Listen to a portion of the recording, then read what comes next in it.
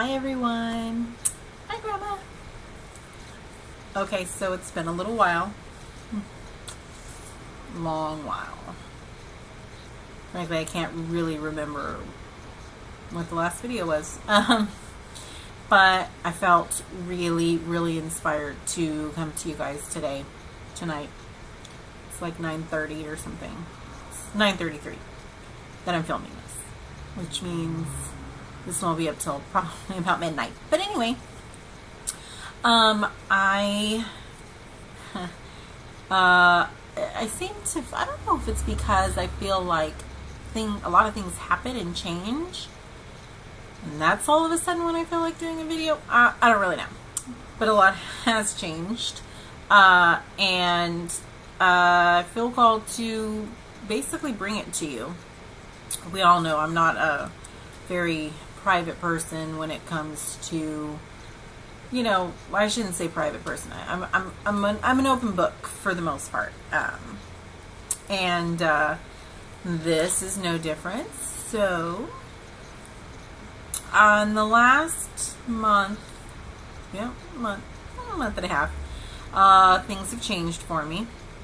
Not necessarily for the better.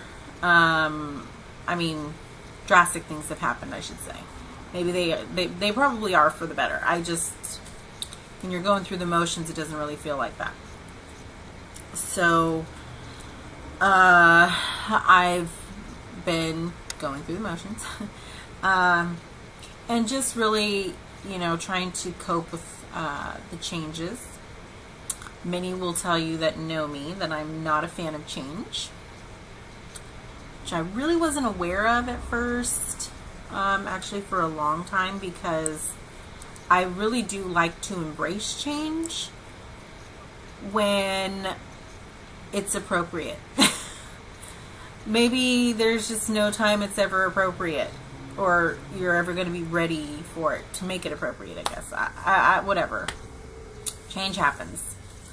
And you could either sit back and cry about it, be depressed over it, just feel like life is completely over, or you can embrace it and see where that takes you. Well, I've been with the same company for 6 years, and recently had to be let go. Drastic changes were coming for the office, is what I was told. So I pray for them, and I really do wish them the best. I gave 6 years of my life to them, so I hope that they are at least able to benefit from it and really, come up out of whatever issues and obstacles they're facing. Because otherwise I may feel like the last 6 years meant nothing. And I don't want to feel like that. But, most people would be very bitter after something like that. But I took it as, after you get over the overwhelming, like, oh no, what am I going to do? I've been laid off a couple times. And each time, Grandma, I would call her bawling or depressed or upset or whatever, and she'd always say, "It's okay, honey. He's got a reason. There's a reason for it. You need to be in a different place, or you fulfilled, your duties there, or whatever it is." She'd always say that. Now, of course, we all know, anyone that's been in a situation like that, when you're told that, logically, spiritually, however you want to say it, yeah, obviously that's what the conclusion you're supposed to come to. However, at the moment, that's not really something you want to hear, and it doesn't really help you, because you're just kind of in this moment where the world has just come crashing down on you, right? Yeah, we know. The world comes crashing down, and you just don't know what to do. You feel lost. And this time, she wasn't there, to say that. And I went home, sat here for a minute, and I basically just, I searched myself. And of course I heard her say it over and over again. I just replay that in my head, and I just listened to it over and over again. And this time it mattered. At the moment it was said. At the moment I heard it. At the moment I remembered it. At the moment I knew she would be saying it. I could take it in this time. Not because of the situations were different or I had been there for so long. I mean, if anything, I think this time would have been the moment I should have been a little more worried and disregarded it than any of the others. But I didn't. And I could hear her. And I could feel it. And I just thought to myself, you know what? A lot of things are coming together for some, these visions that I have, these grand schemes of things. And I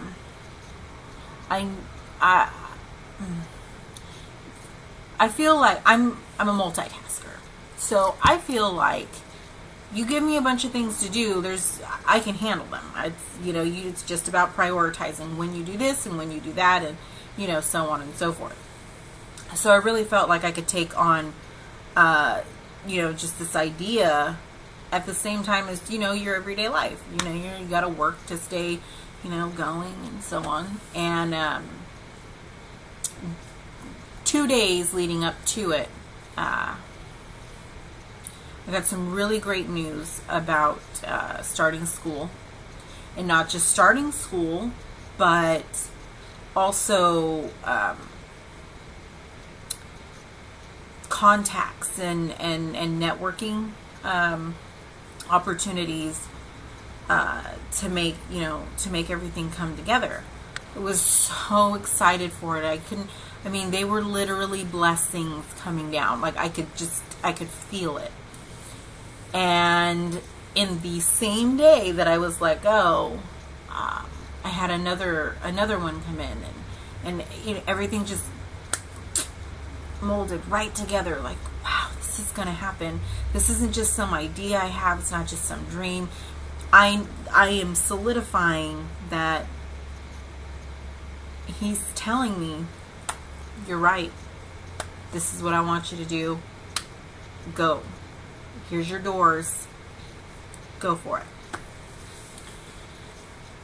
And then, about maybe 2 hours later, when the ball dropped. Or bombed, because that's what it felt like. And so while I sat here,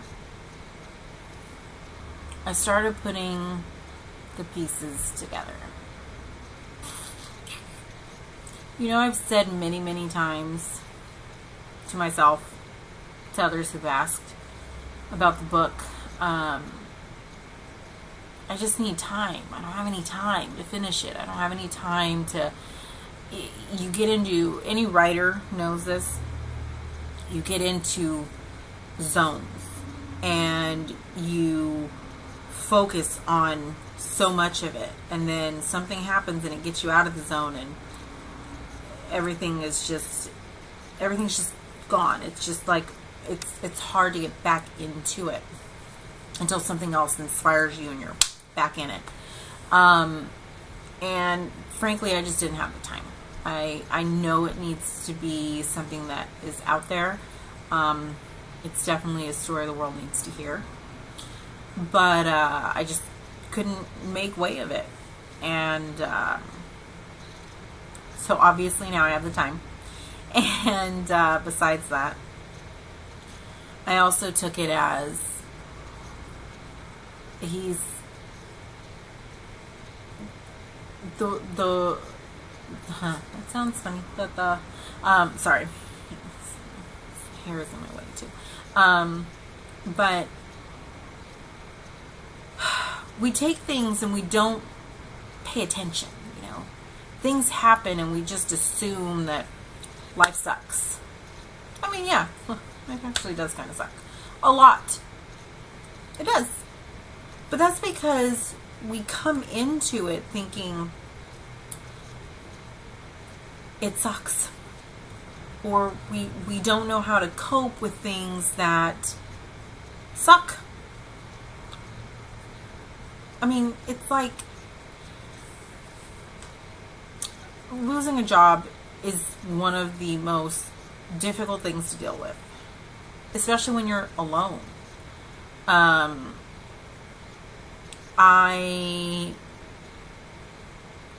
not married, so I don't have a spousal, some sort of spousal support, additional that, helps me get by, that I don't have to worry about. I don't have that. Grandma's gone, so any help that she could give to me, it's not there. I don't have parents, so that's not there. And in this year alone, well, let's say since April of last year, significantly, I've experienced 3 deaths, really. Significantly, is that the word? That's not the word I want to use. Anyway, let's see what I mean. Grandma, obviously first. The loss of a 10-year relationship. And then my job. And each one, one being a death, and then each other following, felt exactly the same. And, your focus goes to that. That's where it is. It's right there. That's all you can think about. That's all, that's what you have to get through in order to get to the next day or get to the next thing and this and, I had a really rough childhood, but as an adult, when you really fully, just grasp everything and it's magnified. It really is, So my focus has been like this. My focus needs to be right here. It needs to be on this big thing, this big idea, this grand design dream that I have for him. And I could not do that having a job, having that job, I should say, not a job, that job. Trying to put my focus every which way and do this, that, and the other. And so when I put all the pieces together and I saw how each thing linked to the next, to the next, to the next, that's where he left me. Take this time, sit down, take it easy. You deserve a break. You have been going non-stop for 30 years. And, actually, 31 years. Well, besides being a baby, anyway. And with no time for you. And, nothing will ever make me regret taking care of her. Being with her, focusing my life on her because she gave everything for me, to raise me, to make me who I am, to lead me right here, where I am right now. And this idea that I'm going to make it. It's going to happen. And, after her going home, I never got the time that I probably should have had. And I don't know. I mean, I don't know if that's the reason for anything, or, how I've dealt with it or whatnot. I don't know, because I never got the time. But I have it now. And it's been great. It's been great to see her face every day. Looking at her right here on my little blanket. All the pictures that I have, going through them, reading her letters. Most importantly, what I've been doing is, this is her Bible. And you can see it's like torn up and pieces coming out and all kinds of stuff. It's pretty old. It's really old. It's like from the I know it's at least from the 40s, because there is a passage in here where it's probably in, I wonder if it's in Isaiah. Was it in Isaiah? I don't know. If you guys follow me on Instagram and Facebook and whatnot, you've seen the picture, but there is, I wish I could find it. I'm sorry. Yeah, I don't know. One of the passages in here talks about where she thought that one of the passages had to do with Hitler. Let me tell you, looking at that was absolutely amazing. To see her, to envision her reading her Bible, going through it, and thinking, wow, this is, you're in this moment with her, thinking, I wonder if this is it. It had to have been Isaiah. Because if you don't know, a lot of the older generation, believe that Hitler was the Antichrist, that that Jesus was coming during that time. And I don't know if anybody or if you've ever heard anyone talk about that, or anybody else talk about people that have, believed that. But to be sitting in it, and putting myself in her place, thinking, wow, this is, I do it now. Because Grandma and I mean, that's pretty much what we, not what we focused on, but, I mean, a lot of our moments connecting were on the prophecies. I find it fascinating. She definitely did too. And so I like to do the same thing. And when I saw this in her Bible, I thought, wow, I'm a lot more like her than I ever knew. You find these things that you connect to. And anyway, so I took that Bible, and this Bible I bought her, I don't know, maybe a couple years ago, because she needed big font, because she couldn't see the little font anymore in that one. And so what I did was, she had a really hard time going through it and reading it, not because of her eyesight, but just later on in the years, things just started to get,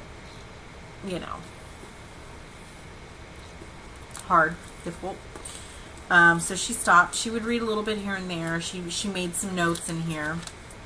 But what I did was, I took her old Bible, and then I took this Bible, and I went through, hold on, I'm trying to find it. Oh, I don't know if you can see it. So, hold on.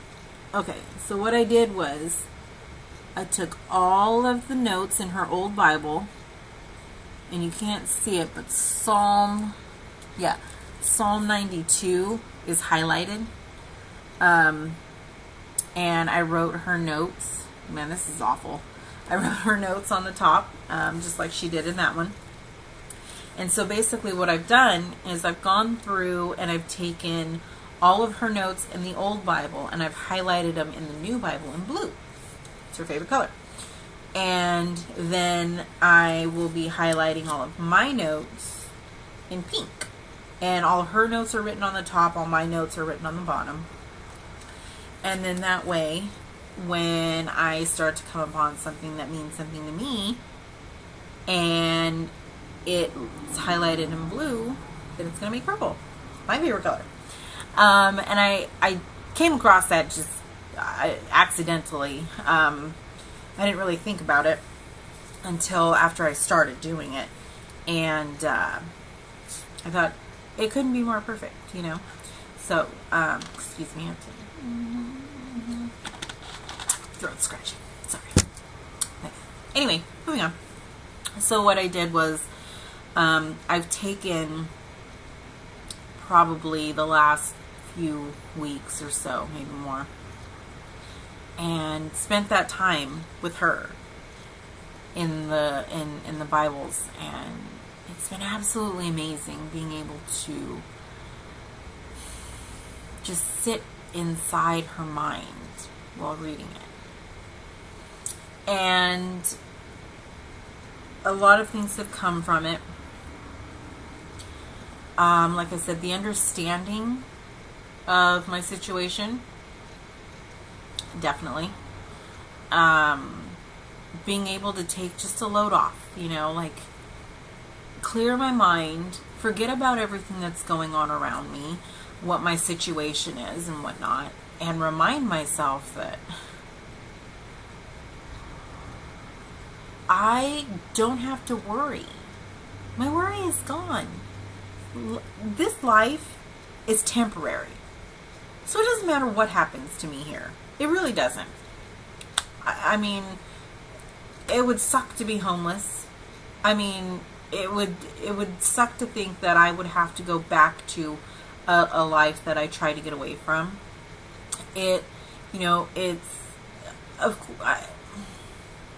We all want certain things in life, and we all want to be able to grow, you know, from what we came from into something greater, something better. You know, everybody wants, something better than what for their children than what they had growing up, and so on and so forth.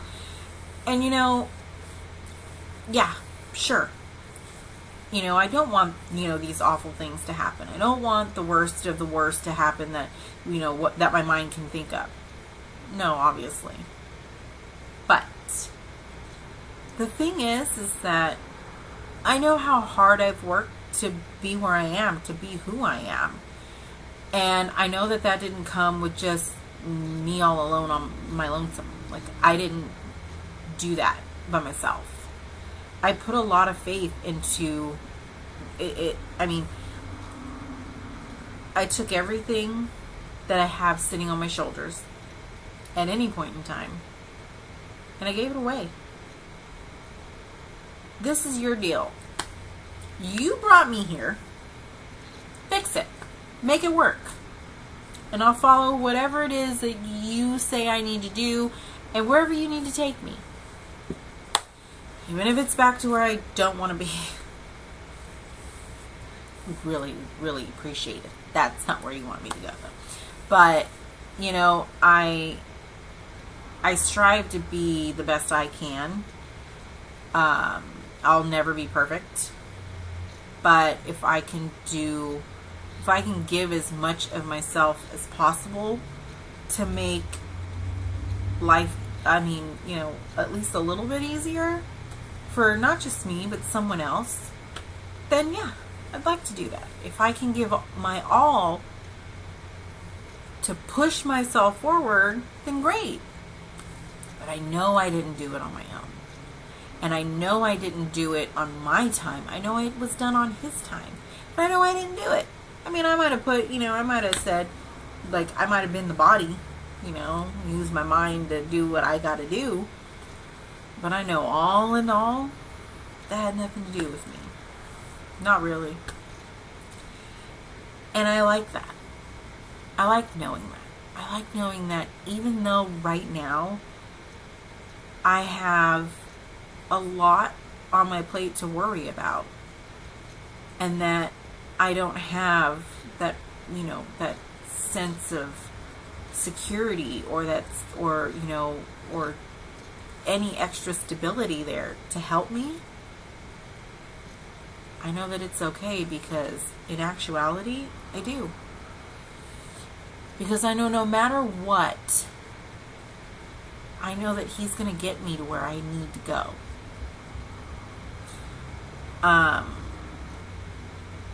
Today I went and watched. I didn't saw, that didn't sound right. Bad English, I think. Anyway, I went to see God's Not Dead. And I don't know if anybody has heard of it. I mean, there wasn't a lot of, press release or anything for it. It is number 2 in the country from what I'm seeing. But if it's in a theater anywhere near you, if it's within a 30-minute drive, go. Honestly, go to wherever it is that you can go to go see it. It was an amazing movie. I went and saw Son of God on my birthday. It was a great birthday present. And it was great. It's amazing to listen to the story of Jesus however many times you tell it. However many times it's told, it's shown, it's made, it's amazing. It gets me every time. But if you've watched the Bible series, then you pretty much do know what the Son of God is. But, not everybody got to watch that. So bringing it to the masses, in a live theater, or not live theater, in a large theater, you know what I mean, movie theater, that's the amazing part about it. Bringing it to people that don't go to church, or, go here and there, or just anyone that just hasn't been able to really take it in, the way some should, or not should, some would. You know what I mean? I'm a visual person. I do like to read here and there. But I'm the person that reads and really is infatuated with it. And then I'm like, I can't contain myself waiting for the movie to come out, because I need to visually see it. And then I'm always disappointed, obviously, because it's never like the book. Some get pretty close, like the Hunger Games got pretty close. Except Peeta's leg, that just drove me nuts. But anyway, whatever.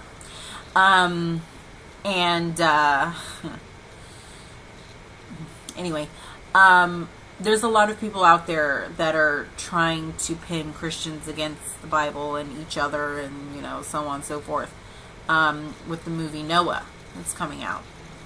And I think there was even, I don't know if it was for real or not, but there was something posted about the director saying that it's the least biblical Bible movie ever made, and then used some cussing and this and that and whatnot. Look, Bible stories are really hard to tell in a movie, because look at this thing. Look at this.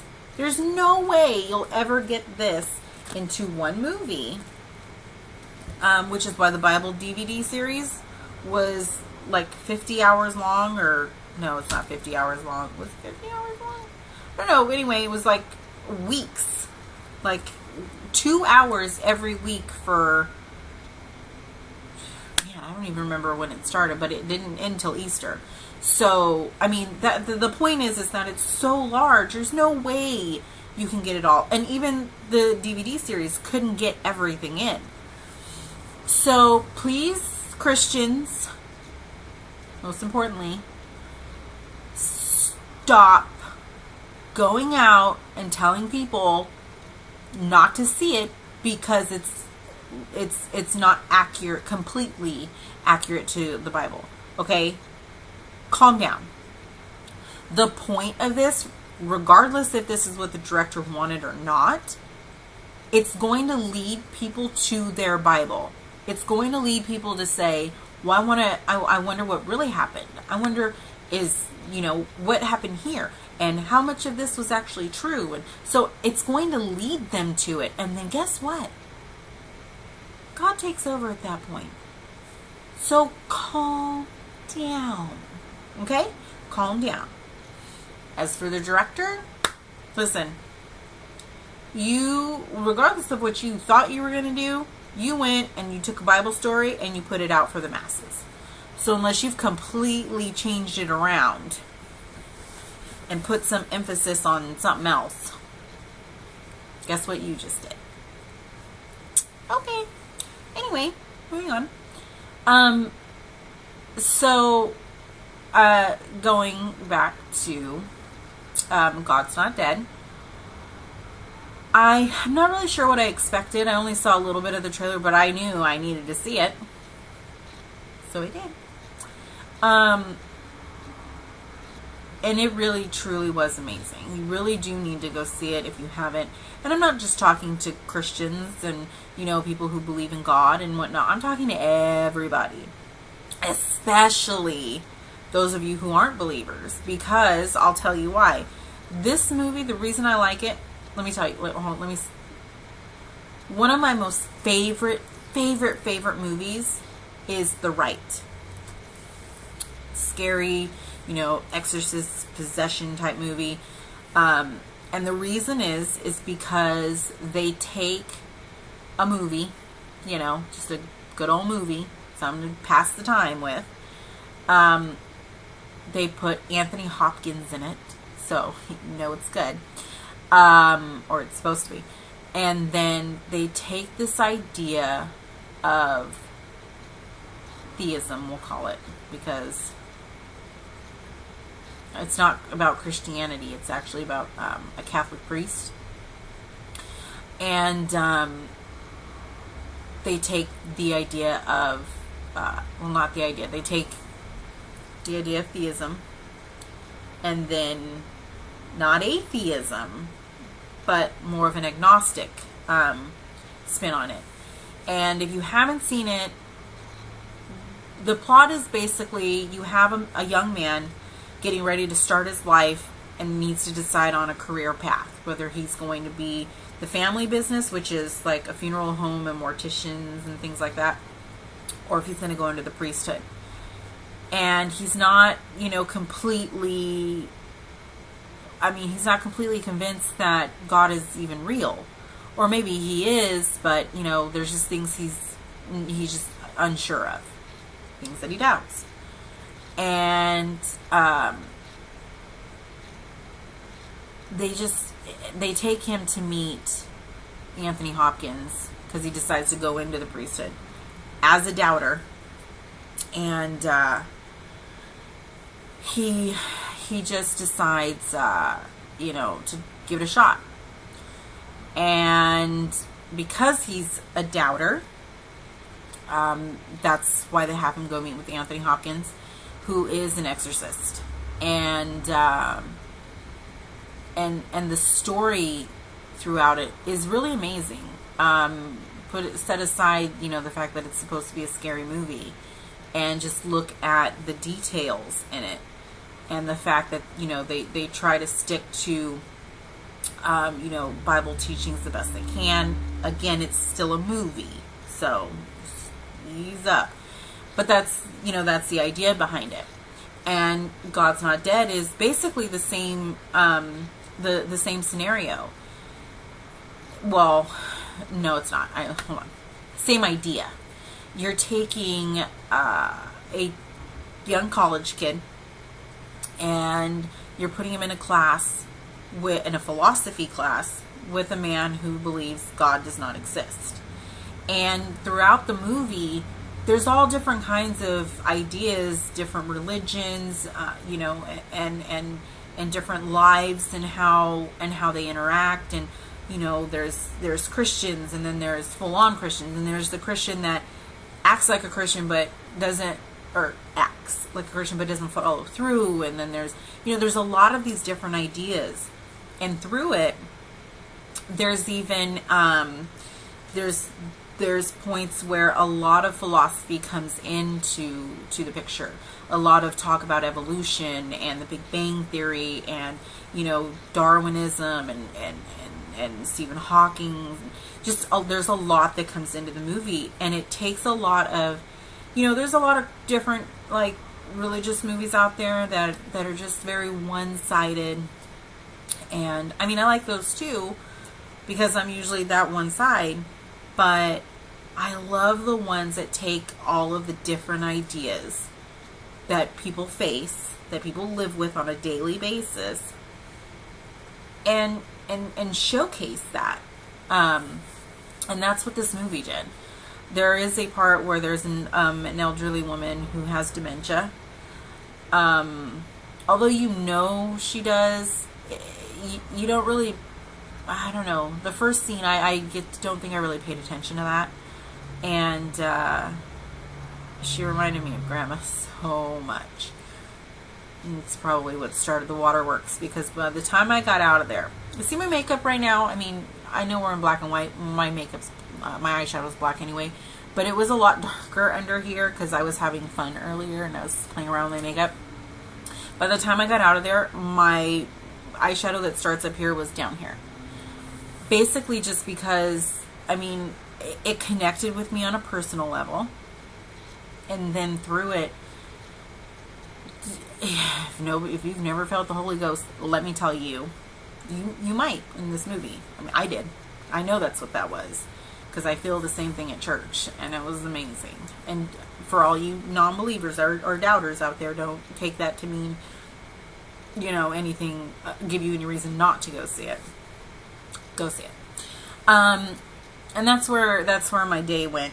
That's where it started today. And it was an amazing way to start the day. Because you got to go to the matinee because you don't have a job anymore. So you get cheap. Even though the matinee isn't cheap either, it's like $8. Still, it's for God. So money's his anyway. But through it, it's really.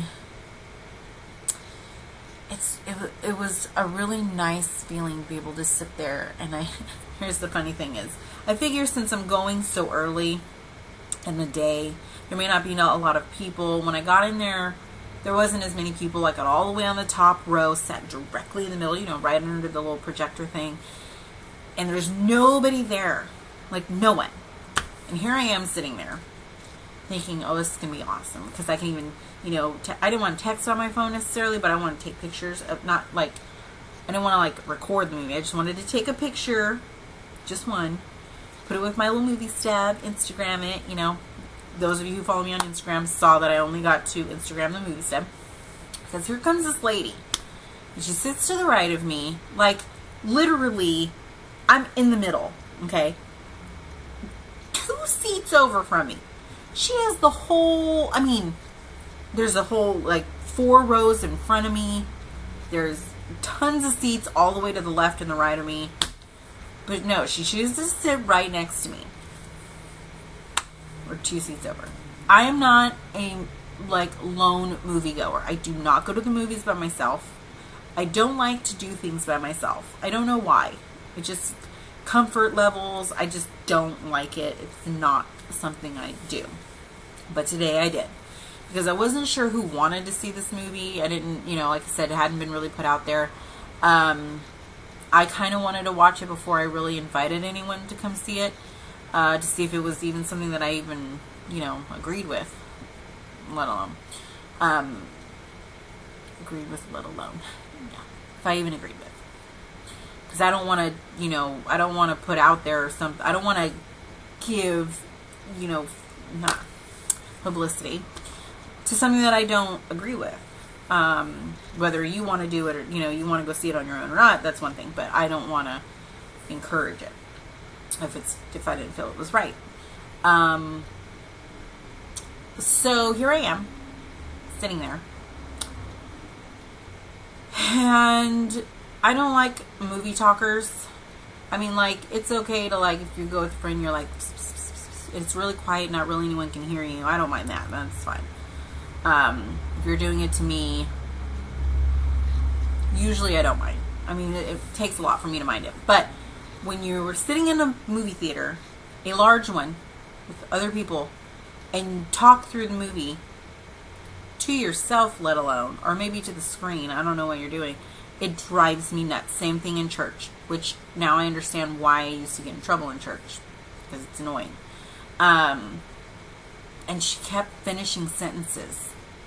Or, like, it wasn't like, there were a lot of people that were clapping, saying, amen, you know, things like that. I mean, that's fine. That doesn't bother me. But it was like, she just, drove me nuts. And then I stopped and I said, oh, quit. Stop it. You can get really mad at what she's doing.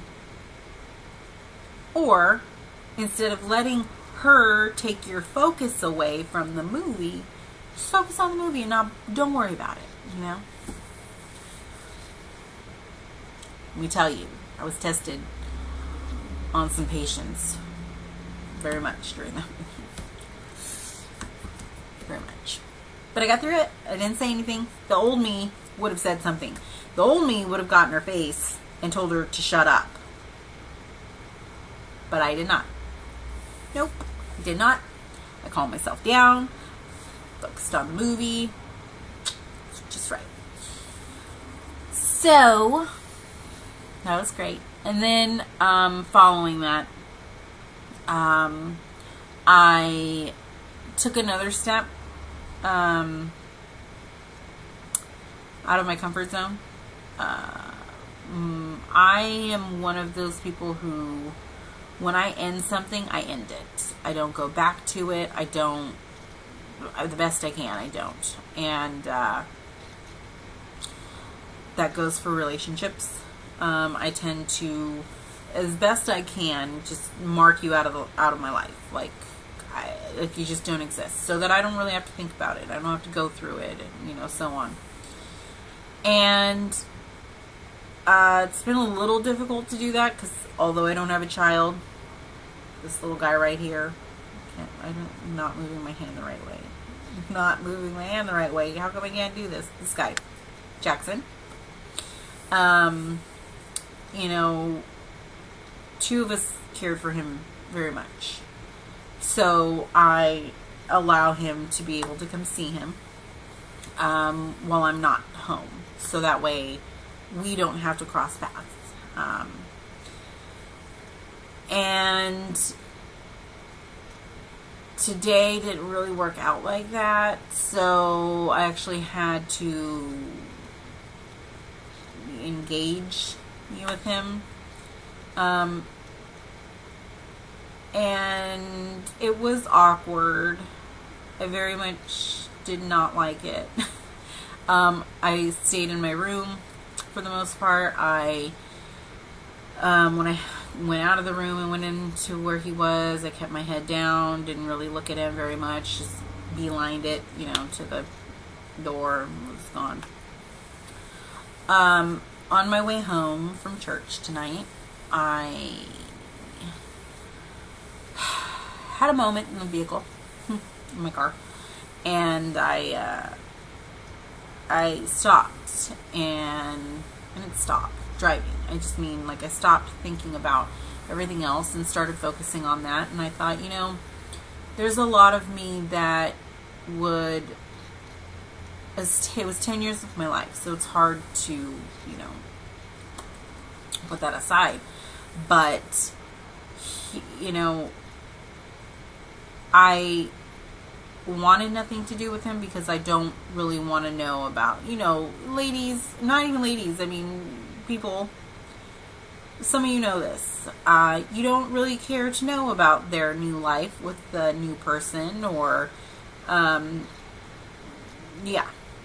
you don't want to know about that stuff, because then it makes you wonder things, and, so on and so forth. And while I know this was a good thing that happened, that needed to happen for very many reasons, it doesn't mean that I want to know stuff. It just doesn't. So, there were moments where I would feel like, I really wish we could be friends. I really wish that we could, have some sort of a life together, where I don't have to, be gone for him to come see Jackson, or, where we can be in the same place and it not be weird and it not feel awful, or, whatever. And then I would tell myself, I would remind myself of the things that he's done. The reasons that we weren't able to make things work, and how I had been hurt. And first let me say that I don't have any ill will towards him. And it's not like I blame him for things. I mean, there were things that he did that forced me to make a choice. But that's it. That's all it was. And this is more along the lines of me thinking, you don't know if things will change, and you don't know if, even for the sake of a friendship. And do you want to be around something like that? Do you want to bring this? And you know what? And tonight, I just stopped and I said, it doesn't matter. It doesn't matter anymore. Because I really am okay. I've got the best thing in life and beyond going for me. I don't need to, if I am truly to forgive, I'm not saying I'm forgetting everything that, that happens, or that you go through, or whatnot. It's about saying, I'm not going to let it imprison me anymore. I'm not going to let that decide my decisions for me, because that's what I'm doing. You hold on to something. What does it do for anyone? What does it do?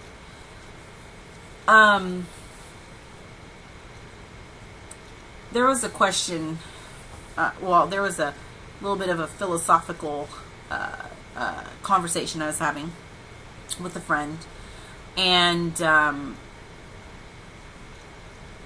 we were talking about, like, what was it? What was it? Global warming. And she was saying,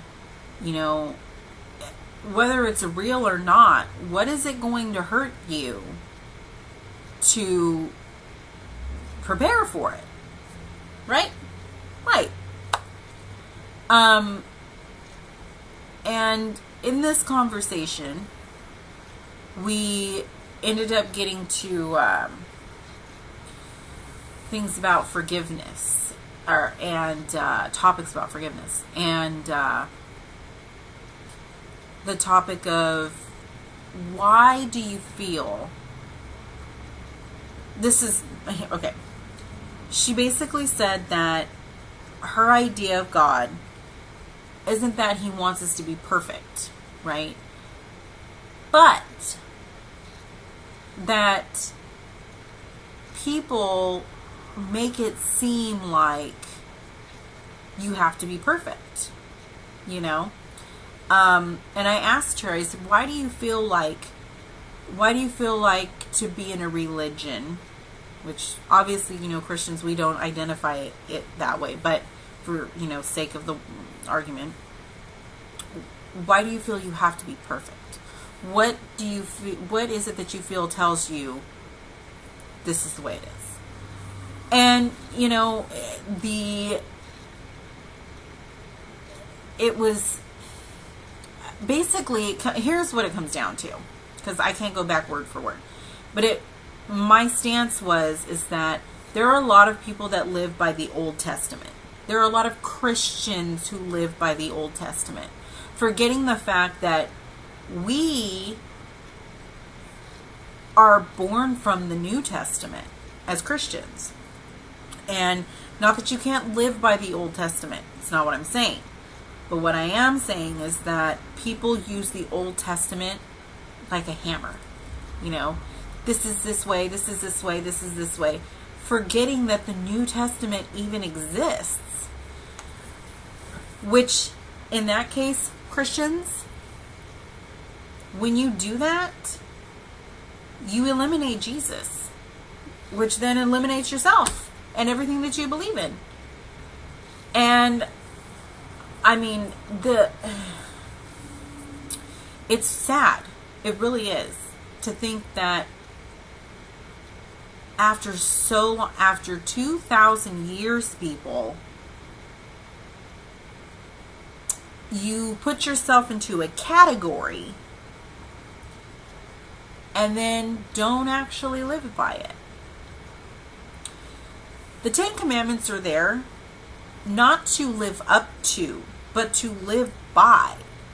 And if you don't know what that means, and you're a Christian, then you need to reevaluate. You need to take some time, take your Bible, close everything off, and you need to talk to Jesus. Because he is the answer to those 10 commandments. Yeah, this is the way God structures us. This is the perfect way to live life. Who are we to say that it isn't? Right? I mean, he created life. So, this is his design. This is what he wants for his children, for his creation. This is what he wants. Does he know that we're going to fall? Obviously. The whole Old Testament is nothing but people falling because they could not live up to the 10 Commandments. Because they couldn't live up to the things that God said was not right. Think about it. And then you have the New Testament, where people are still not able to live perfectly up to these commandments. But what he says is, it's not that I made a mistake, because we all know God doesn't make mistakes. But what he did was, he said, you know what? Can't do this anymore. This is not how I want my children to live. I don't want them to be in this idea of things where they think they have to be perfect, because I did not make them perfect. I gave them free will. I gave them a mind to do whatever they want. But by making the decisions that I've left a map to live by. Now, people, when I talk, I talk faster than I think. Maybe it's I think faster than I talk. I don't know. But you get where I'm going. Okay. So, my sentences don't finish the right way. That's because I'm going. It's just saying what I'm saying what I feel. So, anyway, but that is, I mean, that's what we as Christians need to be showing people. I mean, none of you that are born again Christians are perfect. None of us. That's why it's called born again, because you had issues that you dealt with or didn't at some point, or whatever happened. You had another life before you were saved. Don't hide it. Oh, do not hide it.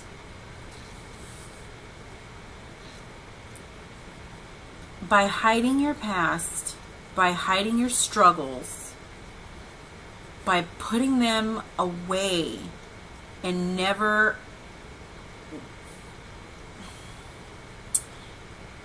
acknowledging them to others, how are others ever to know that it's okay to fall? That it's okay to say, God is here to help me.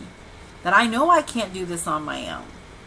You can't walk around and act like you're perfect and that life, never happened before this to get you here, and expect people to understand that, to understand where you are. What do you mean? Well, how did you get here? Isn't that the question? Isn't that always the question with evolution, with God? People always have that question. Well, where did he come from? Well, where did these atoms come from? Where did this non-existent space come from that these atoms came? That question is always there. What happened before to get you here? Don't hide that from people. That's your testimony. All this stuff that you're going through, all these things that plague you, that depress you, that stress you out, they have a reason. Just because you don't understand it doesn't mean it isn't there for a reason. Just because you feel like you've done everything possible in life to be a good person does not mean that you shouldn't go through things. There's a line in God's Not Dead that says, the devil creates, and I'm paraphrasing, the devil creates easy, happy lives so that you don't have a reason to turn to God. And my favorite verse in the Bible, besides John 3:16, is Job 36:21, I think. I always forget the number, but it's I have sent you this suffering to keep you from turning to a life of evil. Learn from it. Learn from your mistakes. Take it and at some point, he's going to show you why you went through that to get to where you are. Because where you are may help a person who was back where you were at another point in life, who may not understand, who may be thinking, this is the last thing I want on earth. I don't want to be here anymore, and they want to take their own life. What if something you went through at one point in your life was so bad you were able to get through it, but this person doesn't think that they can? Now, I'm not saying this is a burden on you. I'm not saying that you're obligated, to be there. The point is that you never know who is listening. You never know who's going to take from your life and convert it to theirs and maybe save themselves from who knows what they're going through. Don't put your past in a box and hide it away. Don't do it. Don't do it, because those moments God used to make things so intricate in your life to pass on to another person. Maybe not today or tomorrow, maybe 30 years down the line, maybe generations to come. Maybe to be on a news broadcast and this happened and look at what happened. You don't know. It could be even something that is just something so simple that you can't comprehend, but someone who's heard about it, their life may have changed in that instant, just like that. My point being, everyone, is that things are going to happen in your life, and it may seem, just nerve-wracking. Worry is there. You don't know what's going to happen, and don't worry. Everyone says that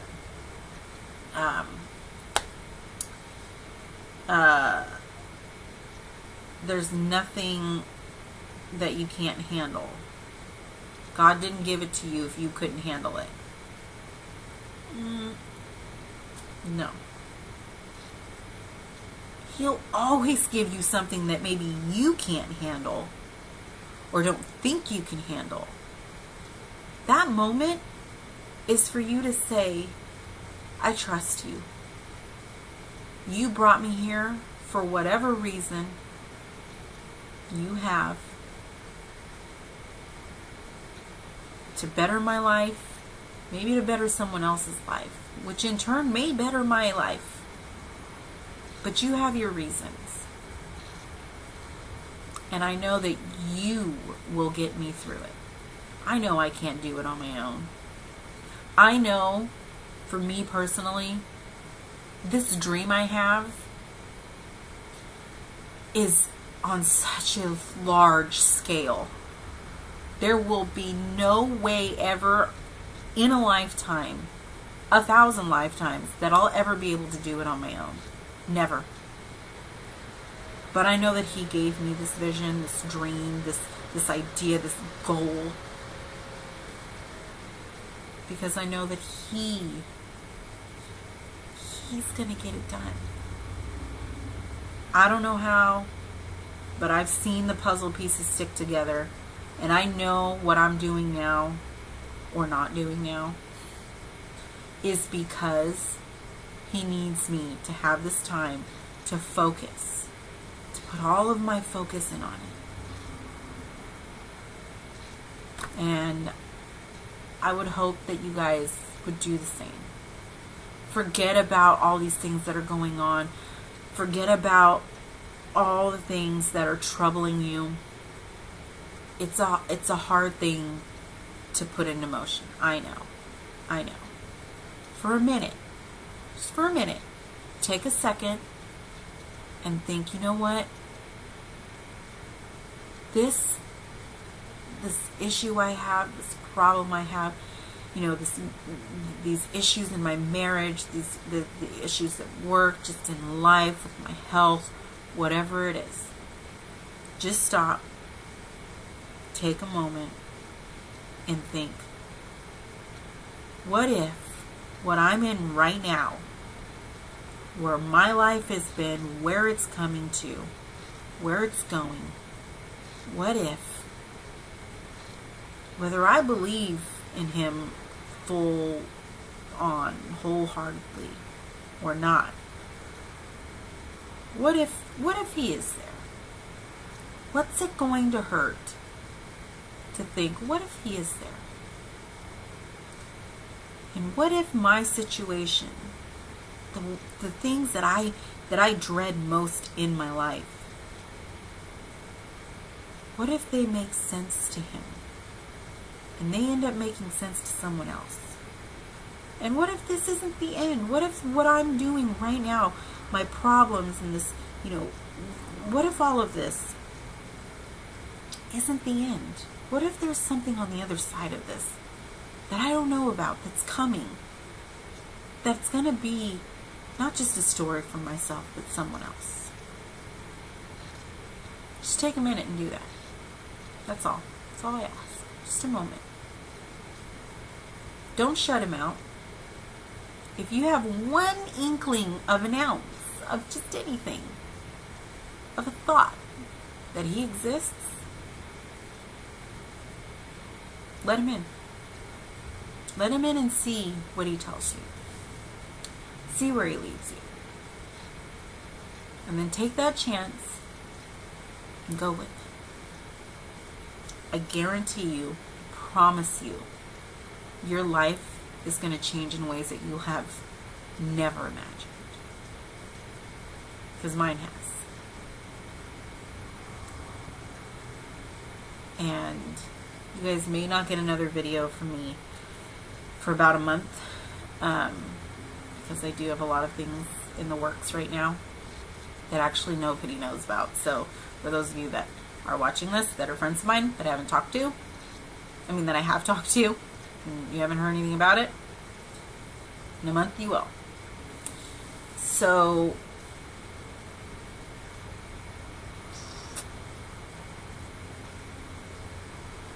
do that. I challenge you to do that. And to those friends of mine who I have talked to recently, I'm praying for you. I know that you guys have struggles and things that nobody understands, or that you don't think anyone will understand. Things that you don't want to talk about. Things that you may be ashamed of. Things that you don't have the courage to talk about. Things that you don't have, you don't think, like I said, that you don't think anyone's going to understand. Let me tell you, you don't need the courage. You don't need to worry about anyone thinking anything about you. Who cares? It's not anyone else's life. Don't worry about judgments and thoughts about you, because the only one that matters is His.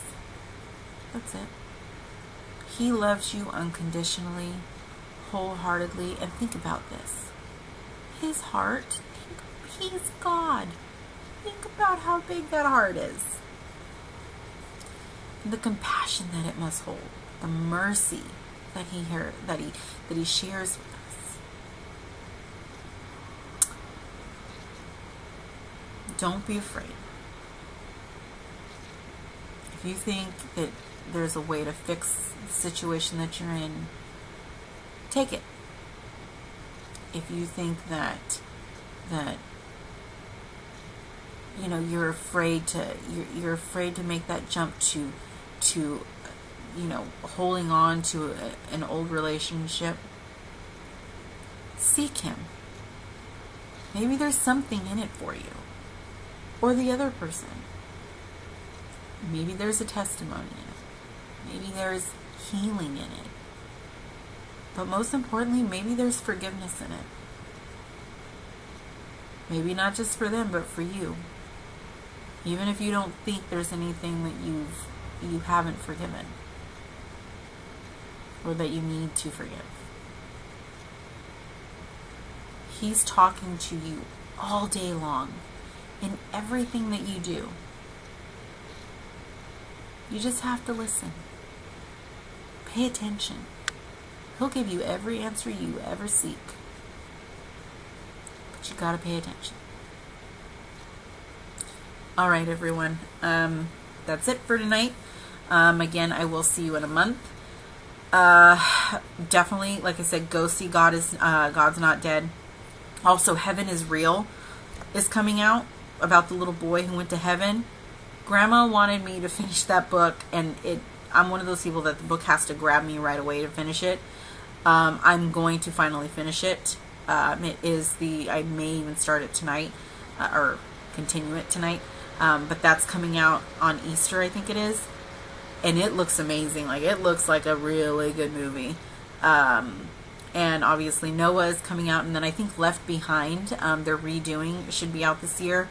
Definitely some good movies to go see. The like I said, the point is that whatever the content is, it's pointing you back to the Bible. It's giving you a reason to go look, to go search. It's giving you a reason to find out who He is. And that's exciting. And if it's not exciting to you, then you guys have boring lives. Sorry. That's coming from a Christian. Okay? Who doesn't actually have a very boring life. For many reasons. But, so be sure to check those out. And, there will be some more things coming up on, Facebook, Instagram, and Twitter, and all that good stuff. But until then, I will see you guys in a month. And that's it. All right. God bless everyone. Spread your light. Give a little bit of love. Not too much. All right. I will see you guys soon. Bye. Bye, Grandma.